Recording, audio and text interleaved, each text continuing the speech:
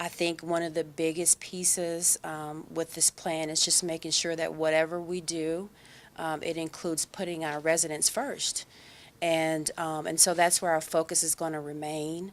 And so as we go through and, to do the work, we're going to always keep that theme in mind.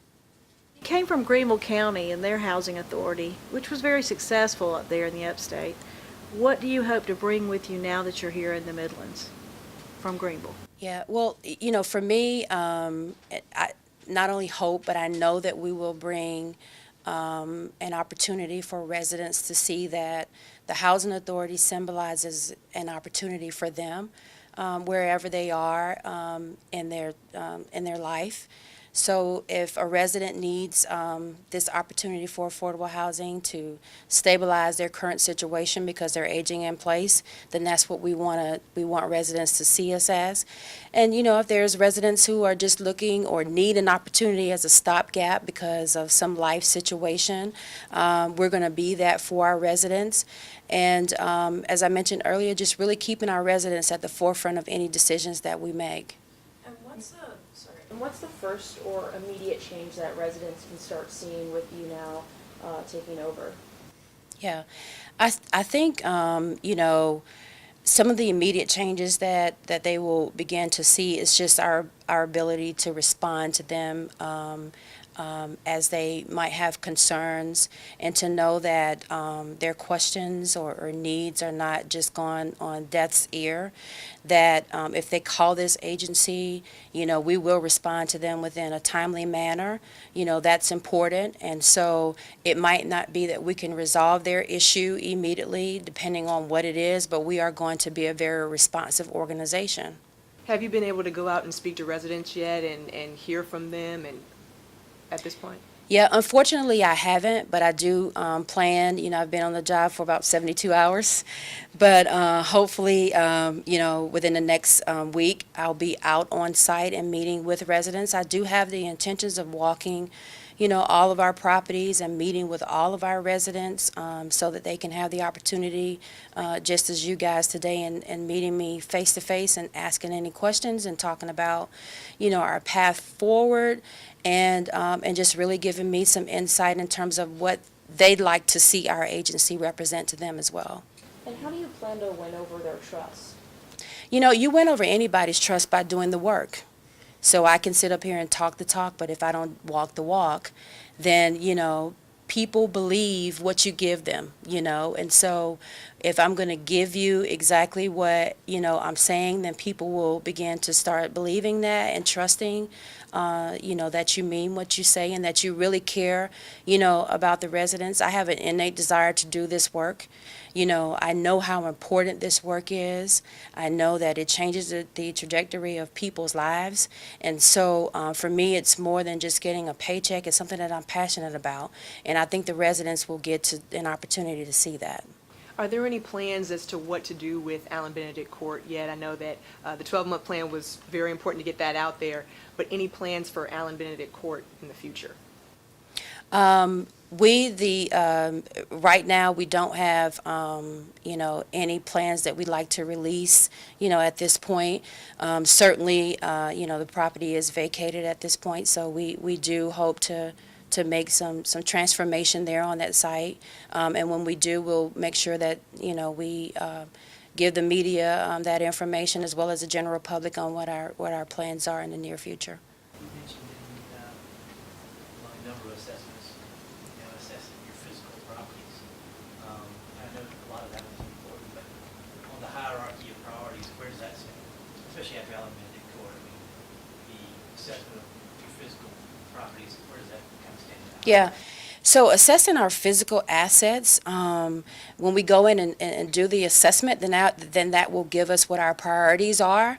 Sometimes we think our priorities are one thing and there's something totally different, because the physical assessment will give us the more in-depth analysis of where those deferred capital needs are most, we need to put resources in to address immediately, and then it'll help us prioritize which developments that we need to focus on first. Can you talk a little bit about your passion for housing and why you decided to accept the role here as interim director? Yeah. So, when you're born into this world, you don't choose your situations. And so I'm the oldest of five children. I grew up in rural South Carolina. And my housing situation was that I lived in a very old, kind of sort of dilapidated mobile home. And I know what living in unstable housing does, to a family, and does to children, and then had I not had the community support to help pull me out of that situation, to give me the tools that I needed to be able to transform, out of that situation, then I wouldn't be here today. But I do know what living in unfavorable housing conditions does, to people, and I know what living in good housing situations does to people. And so for me, because I lived it, I want to make sure that every piece of oxygen that I breathe, as long as I'm here on this earth, can do the work to make sure that children and families and individuals are given an opportunity to live in stable housing. I think living in stable housing is a right. I don't think that anybody in our community should be living in unfavorable housing conditions. One of the points you stressed as well was dealing with self-sufficiency, helping residents get back on their feet and eventually not having to use the Columbia Housing Authority. What's been your track record with the Greenville Housing Authority and helping residents in that way? Yeah. So in Greenville, we and we'll do the same, here. One of the things that we did in Greenville was work very closely with our community partners, the workforce development boards, working with the institutions that provide training, skill training to our residents, to be able to equip them with the tools that they need to launch out of, affordable housing, particularly those who are in the place where they have the ability to do that.